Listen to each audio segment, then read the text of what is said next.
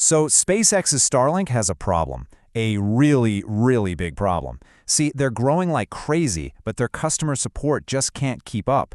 So what's their solution? A witty, kind of rebellious, and yeah, a very controversial AI named Grok. We're going to dive right into this massive gamble.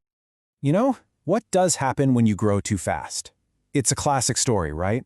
The definition of a good problem to have that quickly turns into a nightmare. You've got this incredible product everyone wants, but suddenly you are buried under an absolute mountain of support tickets. And your customers? They are not happy. And for Starlink, that mountain is, it's huge. We're talking a user base that has blasted past 7 million people. Just think about that. That's 7 million people who might need help with anything from a simple billing question to their service being completely down. And it's not like these 7 million people are all in one place. Nope. Starlink is global. It's operating in over 150 countries. Just imagine trying to manage that complexity.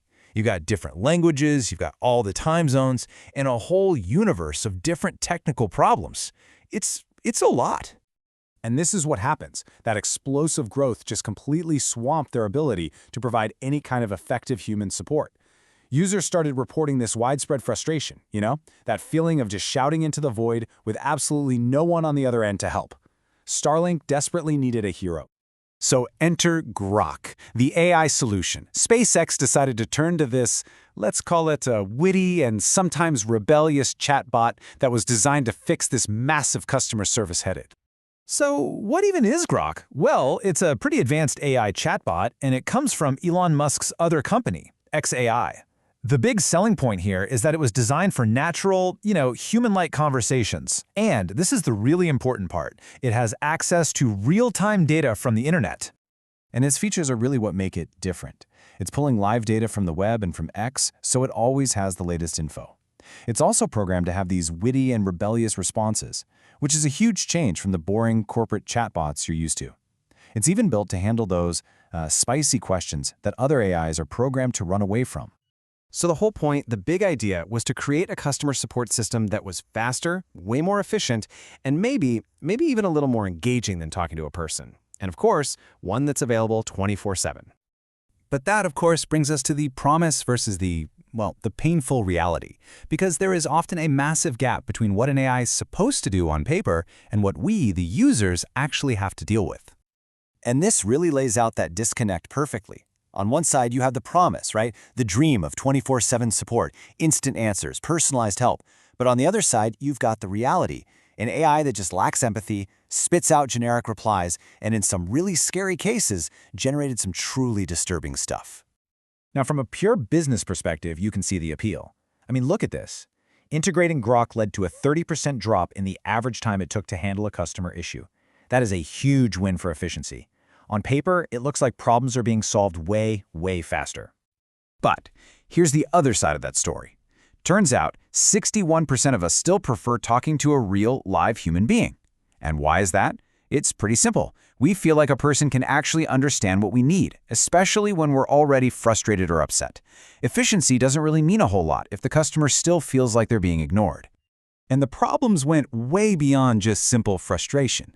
We're talking about multiple reports of Grok creating genuinely violent or disturbing content. This wasn't just a glitch. Some people see it as a direct result of trying to program an AI to be rebellious without putting in the proper guardrails. This isn't just bad customer service anymore. It's a serious safety problem.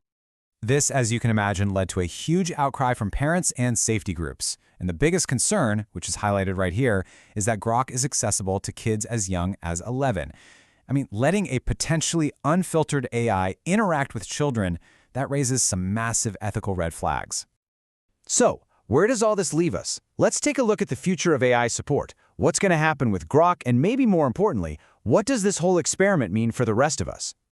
Well, SpaceX isn't giving up. They've laid out a pretty clear 4-step plan to fix this. First, a new version, Grok 3.5, is coming with better algorithms. Then, they're going to improve the user interface, make it easier to use. After that, they'll work on better integration with other apps, and, this is the big one, they're going to strengthen security to try and prevent those dangerous mistakes we just talked about. And here's why this entire story matters so much to you and me. This isn't just about some satellite internet company.